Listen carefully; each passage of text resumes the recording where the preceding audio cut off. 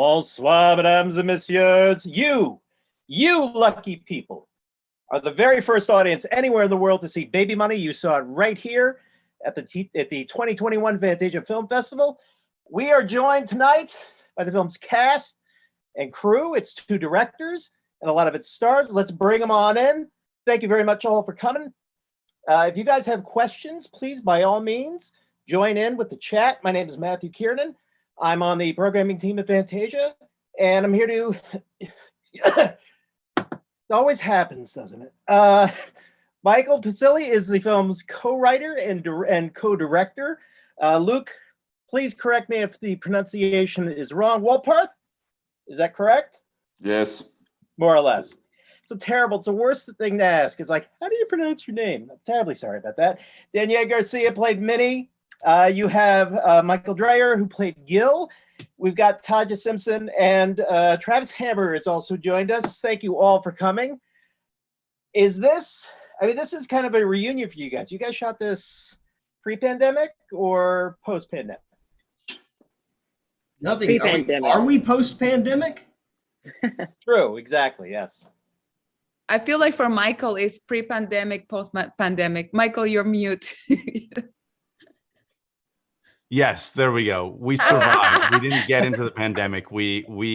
I say if we would have postponed like 2 months later, we would have been pretty shafted, swallowed whole by the pandemic. And I mean, is it tough for you guys to sort of, kind of wait all this time for people to actually see it? Or do you feel like it gave you more time to finesse it, to work on it? For me, this is as fast as it was going to go. We shot this thing fast. We went into editing fast. We were in editing when the pandemic hit, and we are like, we should get this out fast because people need stuff to watch. And we probably could have released a little earlier, but I think we wanted to do a world premiere at Fantasia. It was our honor. So, yeah. And we really appreciate that you guys were able to bring the film to us. We are very excited, very happy to have you guys. And I got to say, something I mentioned in the notes is Fantasia is known for horror. It's known for action. It's known for animation. But we have a pretty good history of bringing a lot of great crime stories to audiences. And this, I think, is really one of the best crime dramas I've seen in quite a while. And so I'm curious to know for you, what were some of the inspirations? Were there crime writers that you guys were inspired by, or crime films that you guys wanted to emulate? I think that there wasn't really a direct inspiration. I think this movie was derived from simply a wanting or a desire as a filmmaker to get a movie made. And I really took a hard turn in terms of like the type of movie that I was going to make with Baby Money, because first of all, I love genre, but I just was, I went into the direction of genre simply because I knew that we can get this movie made. And so when I went to start developing the script, well, the development was really fast, right? So I conceived of it on a Saturday.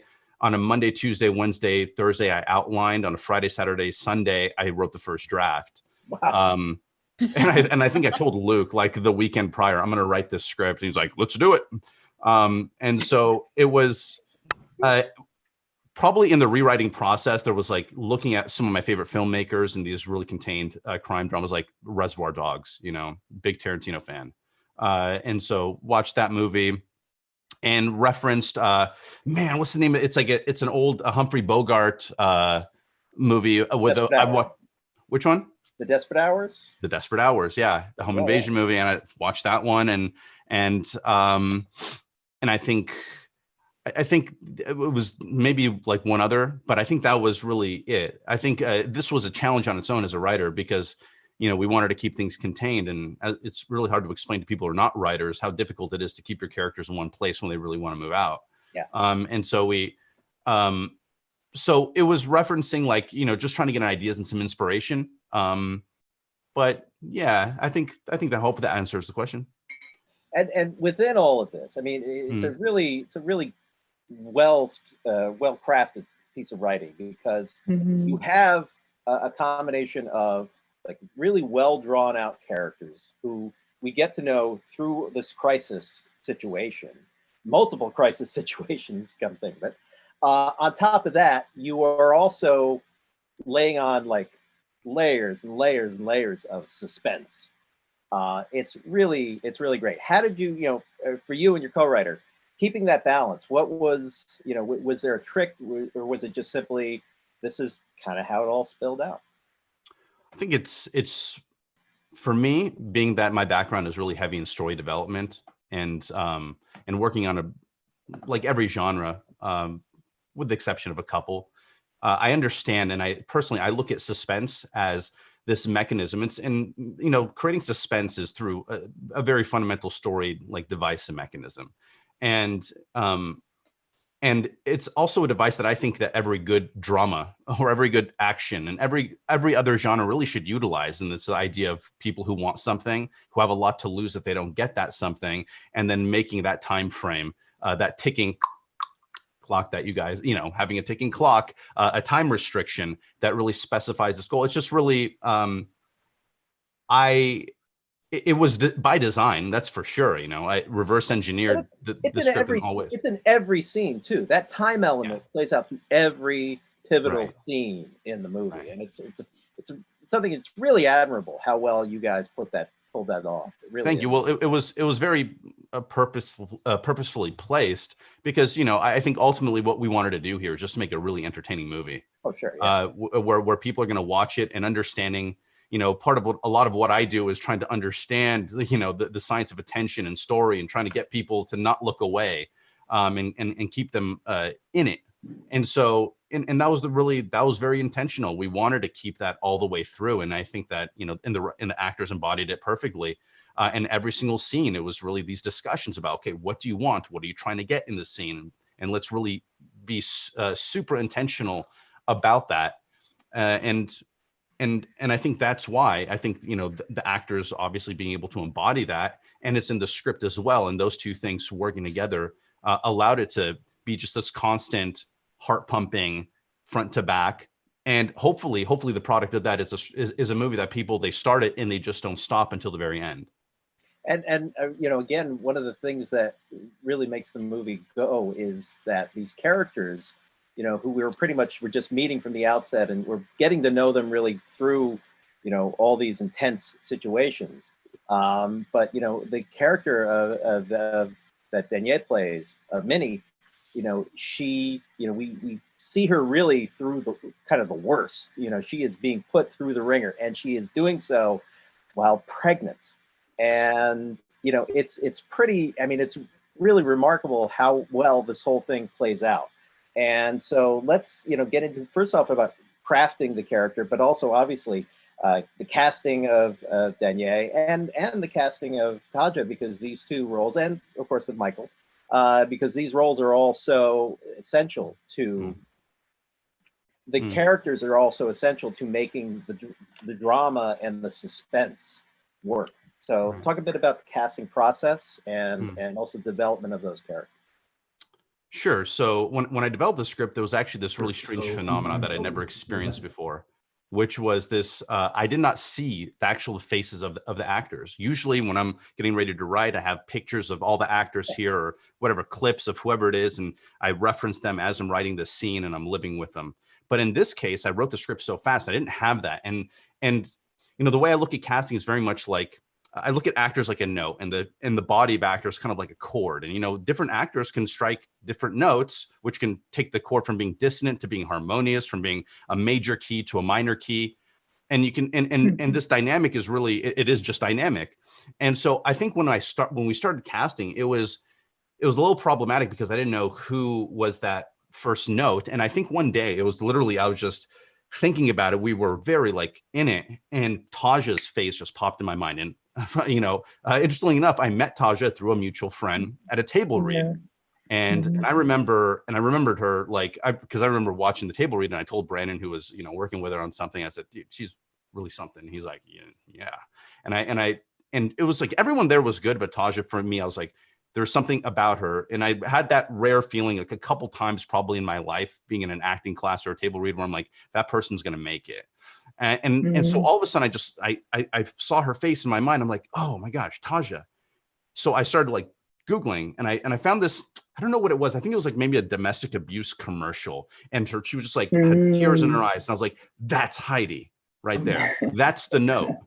And so I got her on the line. And immediately like blew up Brandon's phone. I'm like, dude, get me in contact with Taja. He got me in contact with her. We got a meeting, me, her, and Luke. It was fantastic. Yeah. We knew that we had our Heidi. Then we went on to then the next piece was Minnie. And I knew that I wanted a Latina for whatever reason. I was like, Minnie's a Latina.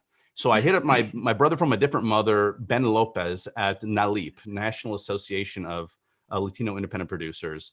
And everybody in the Latin community knows Ben, and Ben knows everybody. And I asked Ben, I was like, I need, a Latina to play this role. He sends me Denai. We have a meeting. It was fantastic. And that was that. Then we went into casting to our casting director because we were looking for the right Gil and Tony and Chris and other characters. And I went to Brandon, and he brought forth these actors. And I think just without having, like, keep in mind, I didn't have to audition Taja. I didn't audition Denai. We auditioned Mike and Travis. And I think just looking together, these two actors on separate screens, I was like, dude, there's going to be a chemistry. They just juxtapose one another so well. They're like so opposite that they're going to pop. So there's going to be that dynamic feel to it. And I, and it's so funny that you guys are friends now. You guys are like best buds, right? You like lend each other tools. And so I saw that and I was like, we needed that. I wanted to have that little bit of like, there was something about it that I felt like may have a tinge of humor to it. Chris was an interesting one. We're looking specifically, it's really, when you're looking for someone who's, within a certain age range, that's Black, who has cerebral palsy, you don't get a lot of people. And I think we had like a couple that were outside of state, and it was really tough. And we're like, oh man, this is going to be really tough. And then finally Vernon pops in, and he's local, and he was good. He was the best audition by far. We take a meeting with him. A lot of people don't know that Vernon is blind. So we were like, we were talking, okay, is this going to be, it's a challenge, but we're like, we can take it. I talked to him. He's like, oh, Vernon is like a wise young man. You're talking on the phone. You're like, this is a wise man. And I was like, I felt really comfortable with him. And I was like, we're going to be able to do it with him. So we had our core. And then finally it was Robert Howell. You can't forget about Howell. I love that character. Robert is another guy that we had cast him. And then I thought about Robert. I did a play with him about a decade prior. And he was a standout talent to me. He was he kind of had this aura about him when he was doing this. I think it was, some kind of mystery thing. And so I call him up. I was like, I had to track down this guy. I looked at some clips of his. I remember seeing him in a commercial, and he just made me bust up laughing. I was like, I got to find Robert. And I get Robert, and we had him. And then I felt all these notes together. I was like, I felt really, really good about that. And I just felt like the dynamic would be strong. And ultimately, with the script being as very lean, I think the script is exactly like the movie, maybe with the exception of one scene that we cut out in post, one or two like small scenes. But we felt like when me and Luke were in it, we were like, if we can just get everything in the can, I think we're going to have a really good movie at this point. And then it was, hope that answers the question. And for the cast, what was exceptional is that we had no doubt. It was every actor that we I mean, in the casting, really in the process of casting, sometimes you have many people and you want to try them. And so all those actors imposed themselves in such a natural way. And they came on the project so convinced about the character. Of course, there were then a lot of work, but everything was just love at first sight. And also the script, I have to say, Mike, like he said, he's called me on a Saturday or on a Sunday. He said, look, I have this idea. It was like, yes, let's do it. And then everybody, and I think the actors would speak about it, when they got the script, it was like, yes, let's do it. Mhm. So it Mm. was a really nice ride, and everything was just aligning, and that's a rare magic. And I think Mike crafted something that's, you know, it's very nice to have this feeling that, okay, I like the script, okay, let's do it together. And no doubt. And Danielle, let me ask you. I mean, you, as I said before, your character kind of goes through the ringer, and it all happens while you're pregnant. You were obviously were not pregnant during the shoot, unless there's something you want to tell us. But let's just talk about, you know, there's both the emotionality and the physicality that went into all of this. Well, first of all, I mean, working, you know, I thrive on community. I really, it was very cool, first of all, to get to know the actors. We had a table read. We basically hit the set. That's where we had our set was our table read. And, you know, hearing the voices of everybody's, you know, perspective, what they were bringing to the table, it's that's what really made Minnie, like, you know, go sideways, like, you know, seeing everybody just like pull her to sides and going away, and now she's missing everybody, and it's like, how can I get her back? And then I end up in, you know, Haley's house, which is like the worst. I really don't want to see her now. It's like everything is kind of like going sideways, and it's so beautifully put together. I read the script while I was driving from Texas to Los Angeles, you know, and you're like driving, and I just get this script, and I read it overnight, and I just said yes, like at 4 o'clock in the morning. And I remember I told my manager, reach out to them. Yes, it was just, I'm on the road, I'll tell you why later, you know, it's one of those things. And then, you know, being on set with that 9-pound belly, you know, the work of constructing a character with Michael was quite special. We got together, we actually went to like stores to get ready, you know, to find this clothes for this woman to carry this baby, you know, she's on the go. Luke, Michael, you know, we kind of like, we went to downtown LA, we went everywhere. Who is she?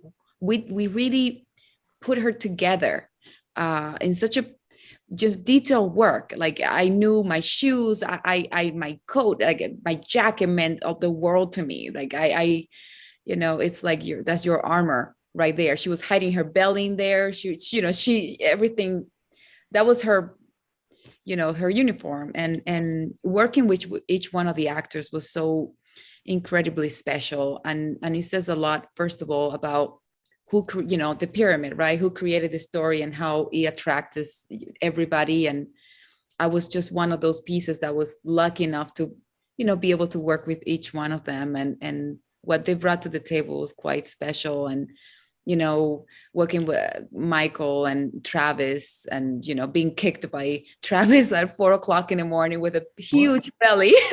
No, fake kick. It was not a real kick. I'm talking for those who've seen the movie. Like, you know, and Taja, and I mean, everybody was just bringing their game at any time. It was just profound.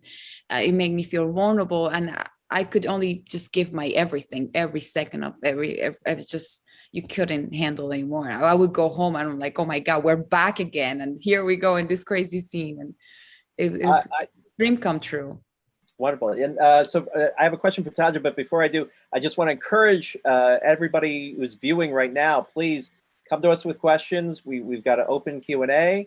All you got to do is type it in, and we'll read it out. We can ask if you have any questions of the filmmakers, of the cast. But Taja, you know, your character is in a lot of ways really the heart of the movie. Not to discount Minnie in any way, but, you know, here's a mother, you know, whereas Minnie is a mother to be who is making questionable choices and getting roped up, and you are a mother who is doing everything she can to not only protect her son, but also in a way to protect Minnie. And it really provides the film with a real solid emotional core. But again, you know, you have a character who is just being put through the ringer, you know, all throughout. It was, you know, how hard or how easy was it for you to find this character and bring her to life. And in a sense, also too, working within this ensemble. Yeah, great question. Thank you.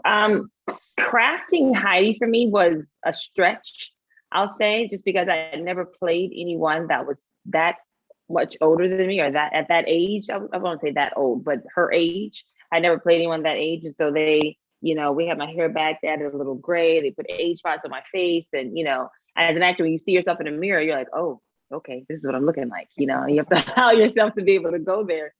And I mean, I played moms before, but always the kids have been much younger. But this time, I'm playing opposite Vernon, and he was he's an older child. And so for me, that did something to me mentally of like, okay, is this believable? Am I going to pull this off? How do I do this? So I made the choice to gain 10 pounds because I didn't want to physically feel like myself. Typically, I'm really fit. I work out all the time, yada, yada. But when I'm in character, I have to relinquish Taja and allow myself to become whoever the said character is. And this time it was Heidi. So I needed to not feel like me in my own skin. I needed to feel the extra weight of a mom who is a technician, and she's trying to take care of her son with special needs and all the stuff that goes. She's a nurse. Yeah. Too. She's got a lot to deal with. She has a lot to deal with, exactly, and all the things and all the layers that brings in her normal everyday life. So she's not in shape, for my my opinion of her. And so it was something I had to get over initially. The look of her, the style of her age, and all these different things. So once I was able to really grasp and really craft the character of who she was, then I was like, oh, it's fair game. Now I'm ready. Now I'm ready. I love stepping into roles that I've never done, because it allows me to stretch in ways that I've never been. So when I got to set and started working, because now, like Denai said, you get to the tape read and you're like, ooh, who's playing who? And that's like, you're excited. You're like, you get to meet everyone. And that at that moment, it was like, oh, okay, this is gonna be great. Especially with Michael and Travis, man, they were so different, but yet it was so perfect in this dynamic between the two of them. It was just great. And I loved how in scenes and in moments, we all could have our own moments, and there was a lot of trust there, to where it's like, okay, not only do you know your lines, that's a prerequisite before you come to set, but also being able to trust the other artists that you're with in the scene at the moment to really go there, no matter what the scene is. And I think we were able to really build that as a unit. So I was really excited to be on it. I was very grateful that when I initially got the call from Mike Vasily, our writer, producer, director, about it, and when he pitched it to me, and like all of us, we read the script and we were like, sold, count me in. So when I got to set, and when I had our meeting with Luke and the dynamic of both of them, that was my first time working with two directors. But I think they work very well together in the sense is, Luke is I would say he's a visionary person. He's looking at it from, the lens first, and Mike is looking at it from an actor's performance and storytelling first, and then when they come together, they make this really dynamic, perfect marriage. So that was beautiful for me, because I never had that experience with two different people, but yet they work together so well. So they would come over to you together, like, okay, so here's what we're feeling, Taja. I listen to Mike, I listen to Luke, and I'm like, okay, this is what I heard. This is ready, break, and then we would go from there. So it was an all around great experience, and I'm really proud of the project as a whole. And I want to, this is a general question for the cast. Just Michael had touched upon Vernon Taylor III, and working with him. And was also, I don't know, is this his first film? Is this new to acting? He had never done anything prior. He was actually, we found him through a program, a theater company, a nonprofit that works with special needs. And he crushed it.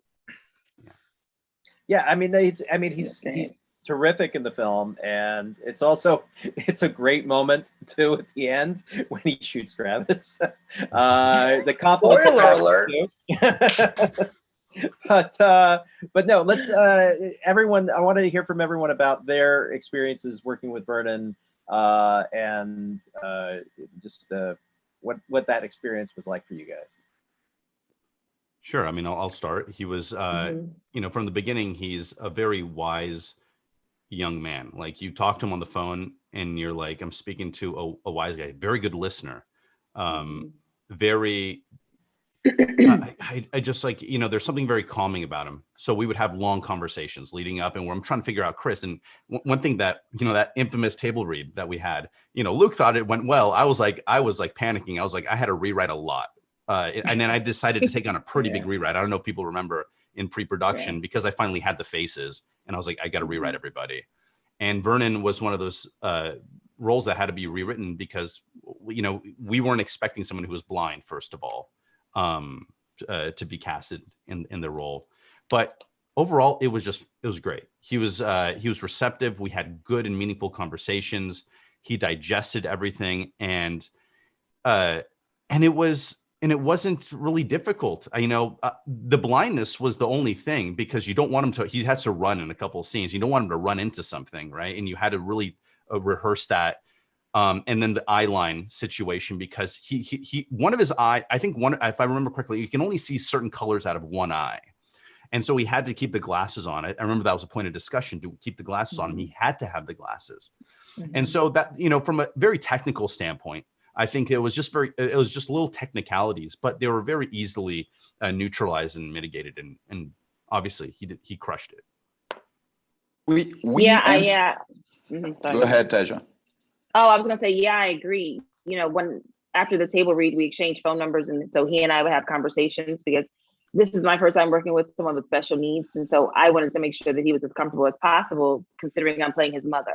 So his father was there on set with us every day, and I just always enjoyed his excitement for coming to work every day. Like he was, like he said, in this program for, you know, special needs actors. So this was like the big goal, the dream, right? And so he got it, and so I was just really proud of him in that sense. And I thought he did such a great job. I mean, he was like Mike said, a great listener, but then also he would really show up. When I tell you he knew his lines, Vernon was like on call for line. Those lines, he knew them, right? He was great. So it just made you, you know, for me, making sure that I'm on it just as much as he is, so that I can allow us to really be in that scene together. So him to feel comfortable with me as his mom, and for me to feel comfortable with him as well. So he was great. Probably the most important detail I left out, and he came with a smile, a big smile on his face every day. Yeah. And he was very pleasant because he has such a positive attitude. And that's needed when you're working on a pretty intense piece of material where people are pointing guns at each other and and you're not sleeping because you're doing night shoots. Yeah. That part. Yeah. We entered the shoot. We entered the shoot with a very, very collaborative mindset, and that's already, you know, co-directing. But we really wanted to have everybody, you know, helping each other, and all the actors did it. They were so helpful, and also for Vernon, it was his first shoot, but we could really, really feel that everybody was trying to lift each other. And for working with a young man, special need, it was really helpful. Taja right away took her role as a mom, and it was beautiful, because everybody, I remember the first scene with him meeting the guys. It was really, everybody was in it, everybody was helping. It was really so collaborative that it helped a lot. I've got some excuse me, I've got some audience questions here. I've got a question from Eric, who is asking about Taja is asking about the scene with you and the policeman, wants to know more about that actor, and I guess he's asking, that guy was great. Why didn't you hook up with him? That's the question. I'm just the messenger here. In real life, or in the movie? In the movie. In the movie. That's the question. But also in real life, Taja. Right. Also in real life. We're sticking to the movie. Whatever happens in real life, that's your business. We're not. But anyway. Well, I didn't hook up with him because he died. No, I'm playing. Indeed. No, go ahead. No, you can sense too that there's like, like an attraction going on there, and so talk a bit about, I guess, working with Eric Davis, right? Is the name of the actor? Correct. Yeah. I thought he was great. It's so funny. That's hilarious. Sorry. I'm sorry. When I met him on the scenes where I believe we were in the car when he had to check the trunk. That whole scene, I met him there. And you're right. I thought he was a great actor. But no, we didn't have any chemistry outside of the energy of the set. And trying to play the moment with as much intensity as possible of like, oh God, please don't catch him in the trunk kind of thing. And then at the door, he was kind of like my savior as far as Heidi goes throughout the way. It's like he was that little glimmer of hope of like, oh, but if I go here, maybe he could help me, maybe he could save me. So that's something, that energy I think maybe you're feeling too when you're watching it, because he was the only one and he came back for me at the end because he noticed the bullet shots, the gunshots in the car or whatever. So he definitely had that, for me, that savior kind of moment of our energy between us, because he gave me a little bit of hope of how I could maybe get out of this situation. Even though I didn't take that choice, but he was that glimmer of hope for me. Well, the person who actually asked that question, I got to say, that's a very keen observation, because in the script, and there was a lot of things in the script that didn't really make the movie. I don't know if you guys remember, but that was kind of like, that's what I played his motive as originally in the script. There is like, oh, he's got the hots for Heidi a little bit. Like there's something, the attraction. Absolutely. Yeah, he had it. And, but I don't remember really how far we or how committed we were to that on set when we got to actually telling the story. But that's interesting. Mm-hmm. That just reminded me. I totally forgot that we had that element. They would have been a nice couple too, I think. Agreed. So I have a question from Tanya, who's asking, did you shoot in a real house? Did we shoot in a real house? Very real house. Oh yes, it was a real house. A real small house. Yeah. It was Mike's house. I felt like I remember returning to work the next day, and I would sit down on the same couch and I would look at Michael Dreyer and Travis and Tasha, and we're like, we are in the same house, in the same place. It's 2:00 in the morning with the same clothes, shooting the same scene in the same part of the bedroom. It was just kind of like one of those days that it just became like, wow, are we losing our minds? It was one of those. Yes. Total Groundhog Day. Yeah. Well, it's kind of like pre-lockdown, before lockdown, in a sense. Definitely. If we would know that what was coming when we were in that house, all that crew together, I mean, wow, right? Yeah, totally. And who was the production designer? Because that house looks very, very well lived in. Well, it was, wasn't it? Genevieve Parks was the production designer, I believe. Yeah. And they had a tough job. They came on really late on the project, so they had a really short time to do that, and that was amazing what they did. And so I have a question too for Michael and Travis. Someone was asking about the kind of the dynamic between Gil and Tony. It's Tony, right? Yeah. And basically, did you guys really want to kill each other? Travis? It probably would. It's probably always a possibility. I mean, it came across my mind once or twice. Right? Was it like loose lips sink ships? You just kill the other lips. Just a little bit at the start of knowing him, and then a little less towards the end of knowing him. I think that's basically that's where I am. What about you? Oh yeah, I'm with you. Yeah. No, man, Travis has walked in with his energy. Just like, this is who I am. This is where I am. Be what may be. And I instantly was like, I love this guy. And that was it. I don't know. Honestly, it was probably, I don't have a specific memory, but it was in the beginning, when like it was maybe like the first, I don't know if this answers the question. I mean, the actual answer is no, we didn't want to kill each other. We were just acting. But in the very beginning, like it was like maybe one of the first couple of scenes we did. And I was like, oh, this is going to work great. Because I had no idea what to expect. And I didn't meet Travis. I met him at the table read when he walks in like an hour and a half late and demanded like a box of dates. It was just like, where, just like, just and I was like, oh, I don't know how this is gonna go. And then we just start rolling. I'm like, oh, this is gonna just work. So Mike and Luke knew what they were doing when they put us together. And we just meshed. And yeah, he's simpatico. Look at that. Exactly. I'm holding my laptop, so I can't do that. But that's what I'm feeling, Travis. Travis, say for you. Yeah. I wanted to say something about their performance. You know, they don't give themselves credit at all whatsoever.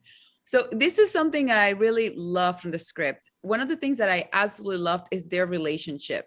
It's like, and this is Michael, you know, like his imagination put it into the script, and how these two guys kind of like, these two men are trying to save their lives because the police is after them, but they want to kill each other. But no, it's like this constant push and pull of how they're going to survive this.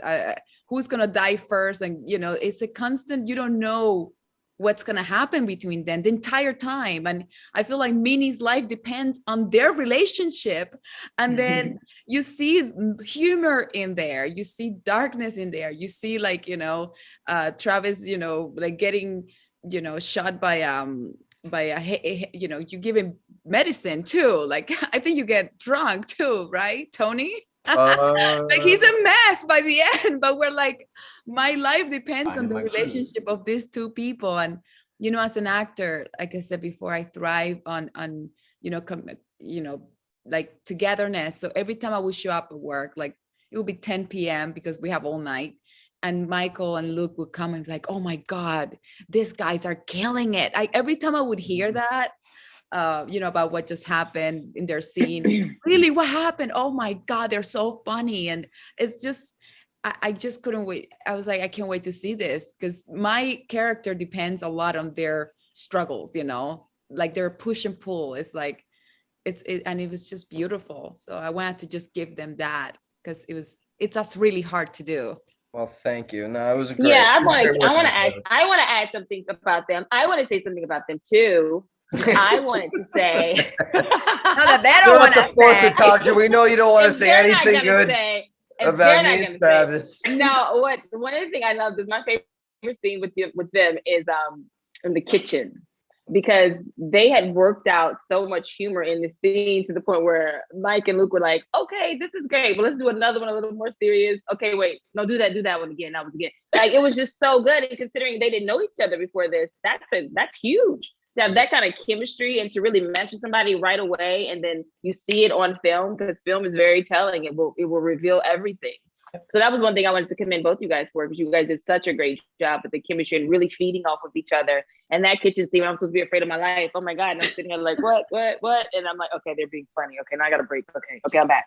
You know, like, you guys are good. So yeah, no, it was really hard not. It was really hard not. I had to continually remind myself when I worked with Travis that it wasn't an all-out comedy. Right. It's true. Honestly, I wanted to make a completely different movie halfway through making this movie. Right. Once I started working with Travis, I was like, yo, I know this is what we're supposed to do for the film's sake, but how great would it be if we did this? And like, and we would have to pull back. But and another time, my man, in a different movie, we'll make a. Was it hard to keep it that line between like comedy, like, you know, that line of like the pressure of like, you know, follow through and the comedy aspect? Because that was hard. We were laughing a lot behind the monitor, and you're not supposed. We know the script by heart. We've rehearsed, but we were laughing behind the monitor. And then, I mean, and Mike will speak about that. We always wanted to have this comic relief in it. To keep the line between tension, comedy, and a little bit of action was the most difficult thing, to really balance that, because comedy could, you know, suddenly take it another way. Yeah. And I think the script was really, really the base. And I think we discussed it also a lot with the actor of how we want to push this. But I think it was based on the tension that the situation brings, and if you keep that in mind always, it's the tension that has to lead the scene. You find the right balance. And that's Am I something right, Mike? I was going to say that's something too that you find a lot of the great thrillers always have perfect moments of humor in them as well. You know, which is again part of achieving that balance. And a lot of this here does come through Michael and Travis and their relationship and their back and forth. And it's an expertly done. So I love the moment when they're both like kind of whispering in Heidi's house, and all of a sudden Travis takes the gun. He's like, "Well, let me just kill myself." And now Michael is saving him, and this like this back and forth of like, "Oh my gosh!" And they're like, it's just that was a brilliant scene that definitely defined the movie for us. It's like high pressure. And speaking of moments of humor, and this is going to have to be our last question. This comes from Nick. A question you brought up the character earlier, Hal, and I guess Danya, this is going to be about you. Is or a lot of this directed to you because you were the one who worked with that performer the most. And again, that character is definitely written to be much more humorous. Doesn't know that he's in as dangerous a situation as he is.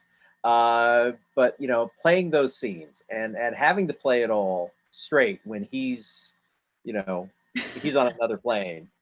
Let's talk about working with that actor whose name I did not write down. When I was trying these overalls, like in this consignment place with Michael, he had this like when Michael like comes, when he lights up, he's like, "Oh, I know who's gonna play Hal." And I'm like, "Really?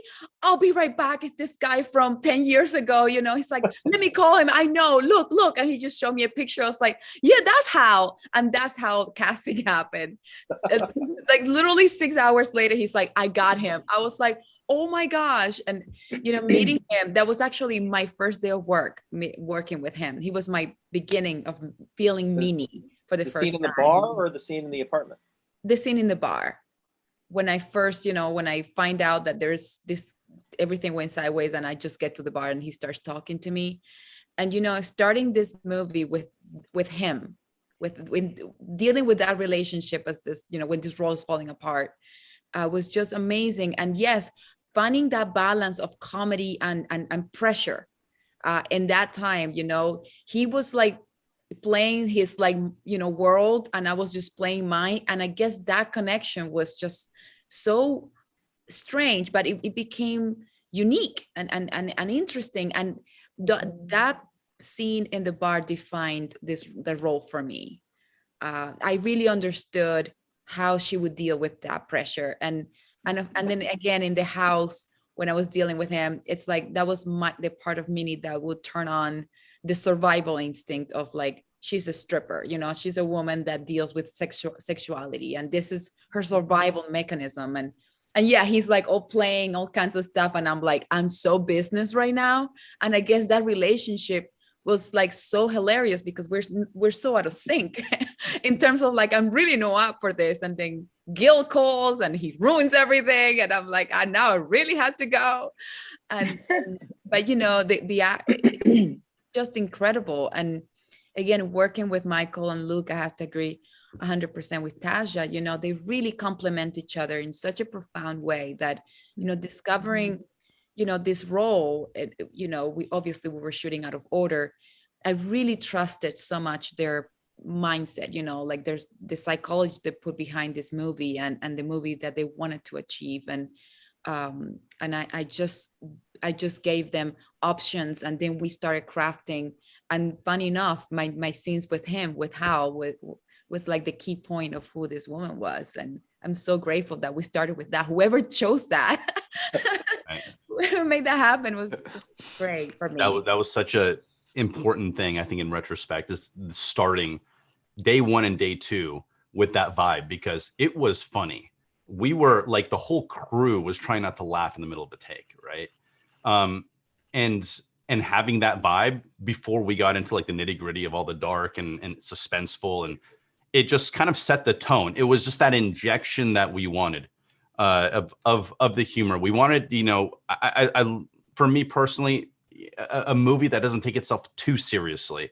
Like there are these comic relief moments, and I think when we see Hal at that moment, it's literally like, you know, I love that moment when we transition from the most emotional moment between Chris and Heidi on that couch. That like you watch, like every time I watched it, I remember I can't help but like get choked up, and then straight into this moment of straight just comic relief, and it was special. You know, I like going back to just the chord and the note analogy of these characters. I think it's an intuitive process. It's a dynamic process that you can't really put so much into words, but you feel it. And I think going into it, we felt it. We knew exactly what we wanted, and I think things just kind of clicked together at the right time. It was really great to watch all the way through how everything complemented one another. When with Mike and Travis, you know, Denai, Taja, Chris, Hal, that flavor, that note that just got popped into there. I think it gave the entire narrative a feeling and a dynamic that that made it stand out, that took it into maybe more of into a little bit of a cross genre, which is exactly what we wanted. Well, congratulations on the film. It is terrific. We are really honored that you allowed us to have the world premiere. We encourage everyone watching, please talk about this movie. We want you guys to talk it up and, you know, hit the socials. Is there a release happening? Do we have distribution? Right. So release is August 31st. It's going to be everywhere in North America on VOD, Amazon, Apple TV, iTunes, Google Play, Vudu, Xfinity, Comcast. Literally, if you have an internet connection in North America, which you probably do, you're going to be able to see this movie. Phenomenal. And support it, please, everybody. Support it. Thank you all so much for coming. Thank you, everyone, for watching. And, you know, we've got about 2 more weeks left of this crazy Fantasia. Please enjoy as many movies as possible. And thank you again to the team from Baby Money. Congratulations on the movie. Congratulations on the release. We hope that you guys spread the word that it's out August 31st. Thanks again, everyone, for coming. Bye, guys. Thank you. Thanks, guys. Bye. Thank you. Bye. Thank Great you. seeing you guys. Bye. Good seeing you. Good seeing everybody. All right, everyone. See you in a couple days. Ciao. Yes. No.